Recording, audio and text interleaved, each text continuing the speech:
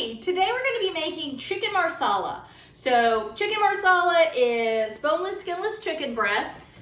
I have showed you how to do this before, so I just went ahead and did it. But they are cut in half, go in the side, slice them in half so that each breast becomes 2 full pieces. We're going to pound them thin, saute them, and then we're going to make a nice rich wine sauce with marsala wine. You got to use the marsala or it would not be chicken marsala.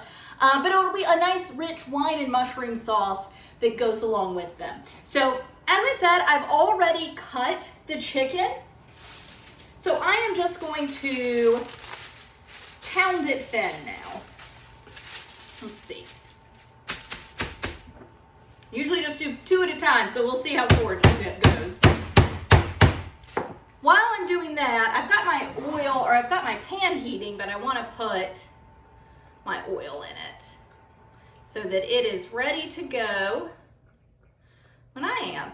And being boneless, skinless chicken, there's no residual fat, there's no fat, very little fat, no skin, there's nothing to render down. So you have to compensate for that by using a fair amount of oil. And I'm just using olive oil.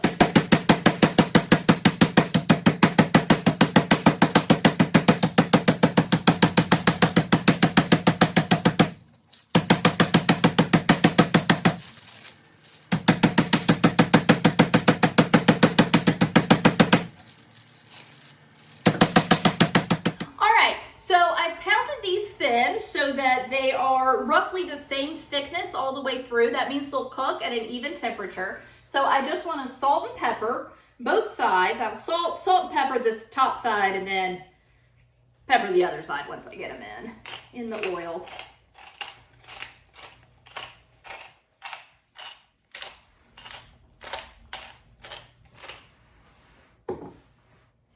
All right, so my oil has heated up, so I am just gonna put these salt and pepper side down, so seasoned side down, and I'm just gonna do 2 at a time. This little eye is kind of funny. It really doesn't wanna cook. I don't wanna put a larger 12-inch pan on this because it just won't cook that well. So a little bit of a slower process with this eye. So I'm gonna get this side salt and peppered.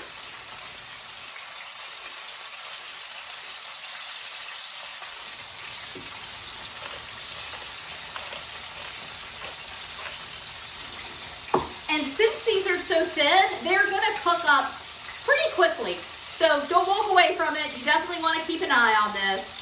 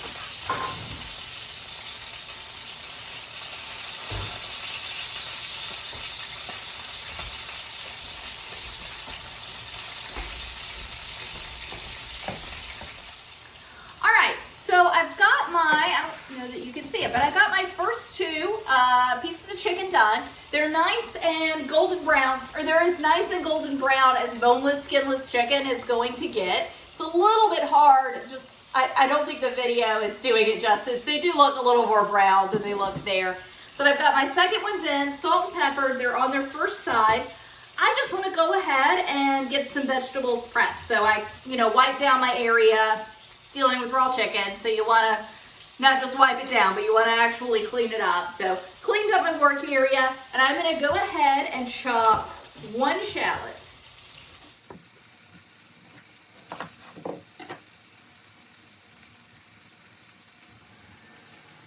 And I have made versions of this dish before. I don't generally use marsala. It's just not something that I keep in stock, or keep, on my pantry shelf. It's just not something that I really use that often. Without marsala, as I said before, without marsala, it's not actually chicken marsala. It would just be chicken and mushrooms, which is a dish I have made many times. At one point, we used to go foraging for mushrooms, edible mushrooms, of course, and we'd definitely come home with a lot of mushrooms, and I love to make chicken and mushrooms from the fresh chanterelles we had picked. But again, it's just chicken and mushrooms unless you're actually using marsala. So usually when I make this, I would use like a dry white wine, something like a Chardonnay, which is generally kind of the wine that I have on hand to cook with. Not a big fan of drinking Chardonnay, but I don't mind cooking. I enjoy cooking with it. I think it goes great with onions and mushrooms and garlic. I will not be adding cream to this, but a lot of times when I make chicken and mushrooms, I will use cream, and a lot of chicken marsala recipes do call for cream. I'm just not using it today. Really want to taste the marsala. Again, because so marsala being a sweeter wine, sweeter fortified wine. So it's higher in alcohol content. We're going to cook all that off anyway, but kind of in the realm of a sherry. I believe that Julia Child's pretty famous chicken and mushroom recipe, I believe that she uses sherry in that. So I occasionally cook with sherry. Something like sherry also, I don't really purchase it, much like marsala, I don't purchase it that often. But when I do have a recipe where I really want to use the sherry or I really want to use the marsala, I will definitely, try to go through them and use that bottle up so I don't waste it. All right, so one shallot finely chopped. I'm going to check this. These two pieces were a little thicker than these, so I expect them to take just a tad longer. And they still need a minute, though they are releasing from the bottom of the pan, which is great. So I'm just going to use 3 cloves of garlic because they're fairly large, but normally I would use 4 or 5 if they were just average sized cloves. So I'm going to get these 3 large cloves of garlic diced up, and then I am going to slice up 8 ounces of mushrooms, and I will meet you back here when I'm done.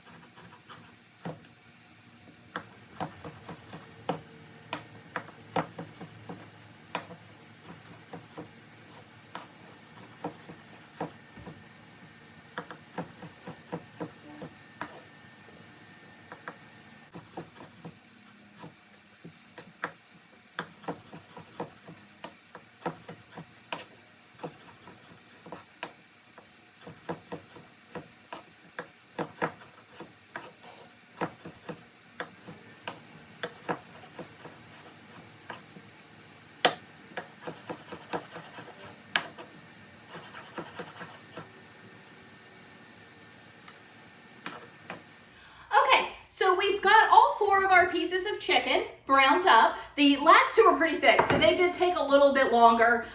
Just when you're pounding your chicken thin, just be careful to get them all as, not as thin as possible, but you know, it's not a schnitzel, right? It doesn't need to be incredibly thin, but you do want it to be pretty thin so that they cook through at a fast rate. And I was just a little negligent with a couple of them and didn't pound them as thin as I should have. So to this hot oil, and always check that you've got enough, and we've got plenty. Let's see.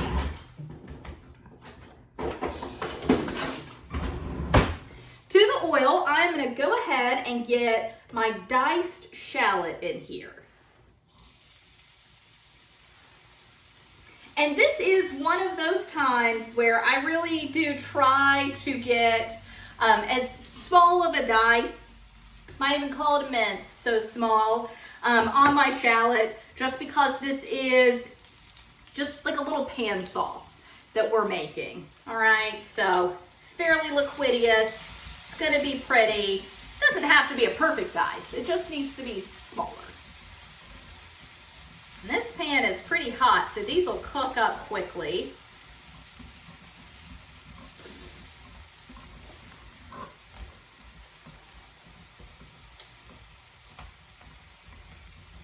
And you're really not looking for caramelization or anything like that. I really just want to get my shallot good and softened.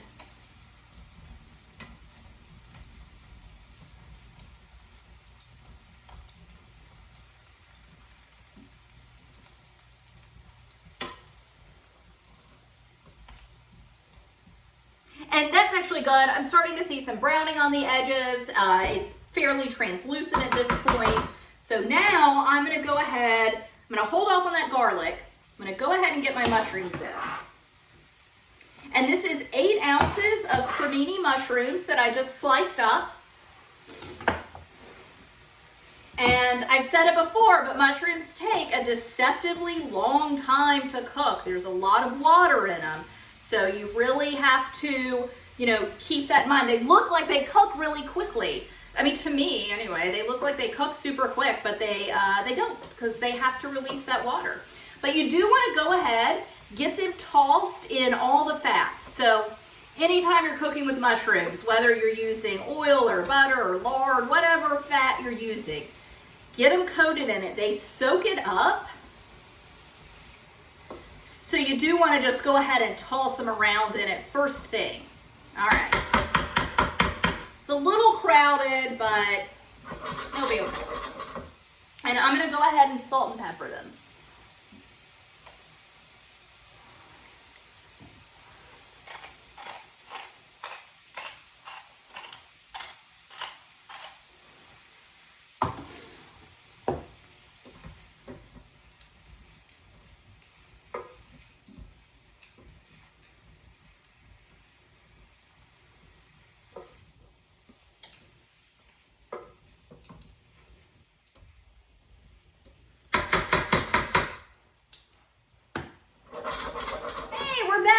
So I've got, my mushrooms are still cooking. I'd say they've probably cooked for about 15 minutes. They are sticking to the bottom of the pan a little bit, which is a good thing. It means once they're doing that, it means that the water has largely cooked out of them. So I'm gonna go ahead and get my garlic in. You do wanna hold off on your garlic. It burns so easily and it tastes really bitter when it burns, so. Definitely hold off on that. I usually let my garlic cook for 30 seconds to 1 minute before I move on to the next step, which our next step is going to be adding a little Wondra. We're creating the pan sauce now, right? So we want to get some thickener in it, give it some body. Move this over. There you go.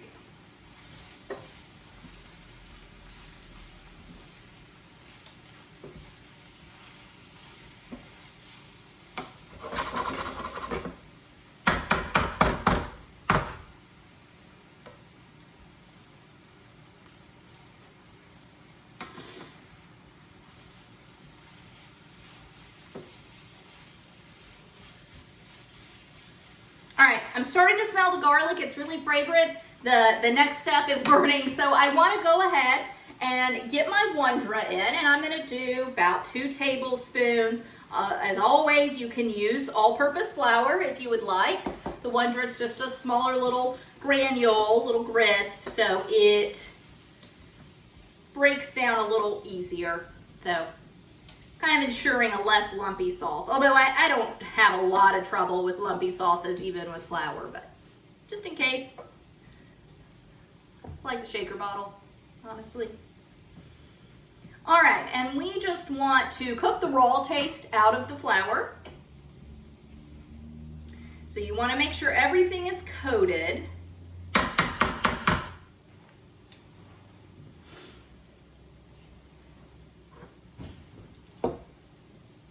And that is one thing with the Wondra too, because it is a smaller, like I said, a grist, smaller grind, smaller granule, this part, it cooks up a little more quickly than a all-purpose flour would. So now I'm gonna add the star of the dish, the marsala. Okay, so I've got 3/4 cup of marsala. And what you wanna do, of course, is just stir it around. You wanna deglaze, so any lumps, any resistance on the bottom, you want to move your tongs or your spatula, whatever you're working with, around so that you get that up, because we've gotten flavor from the chicken that's stuck to the bottom of the pan. We've gotten a lot of flavor from those mushrooms. You know, I said they were sticking, but that was a good thing. It meant the water came out, also concentrating down that flavor, and now's our time to get that flavor off the pan and into the sauce.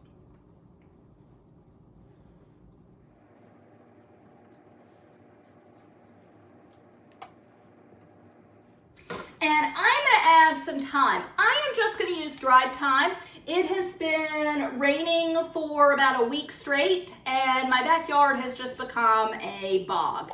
So I don't wanna wade through the bog to get to my fresh thyme. I have plenty of dried thyme. This actually came off of my thyme bush plant last year. I'm gonna do about half a teaspoon of dried, okay? So I would do 3 or 4 sprigs of fresh thyme, which would be 1.5 teaspoons, but the flavor is concentrated in the dried, so you would wanna use less of it. But yeah, so when my thyme plant started going a little crazy last year, just periodically throughout the summer, I trim it back, but I just put it in the garage, actually, and dry it. And then I've got my own dried thyme, and it's much more potent than what you find in the grocery stores just because it's fresh. Fresh dried. All right, so this has got some good body to it.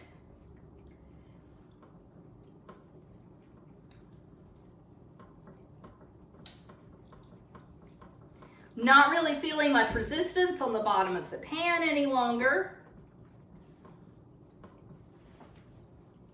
Still smell alcohol. It's 3/4 cup. It's a good bit of alcohol. So it's gonna take it a little while for the alcohol to cook off. We added thyme, but we didn't add salt and pepper. So a little salt, a little pepper. And I am gonna go ahead and add, really my final ingredient is just half a cup of chicken stock. Almost said chicken sauce. Chicken stock, and it's just gonna give this a richer flavor, okay? So that is about it. That's chicken marsala, right? It's just chicken in a mushroom. It's thin chicken cutlets, sauteed up, and then a nice rich mushroom sauce that uses marsala wine. So easy to make, relatively quick, great for entertaining, very impressive dish, right? You see it on menus all the time. So pretty impressive dish to make. I'm gonna let this cook for a little longer just to kind of reduce, let some steam come off, get some of those flavors all condensed together. And then I'm gonna serve this over, totally untraditional, but I've done it before and I love it. I'm gonna serve it over a bed of grits. I'm gonna use a nice stone ground grit.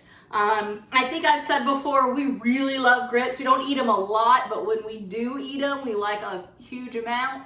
And with this delicious sauce, it's gonna go so well together. So I'm gonna use a cup of stone ground grits, to 2 cups chicken stock and 2 cups of water, and just let that cook, giving it a whisk every now and then for about 30 minutes.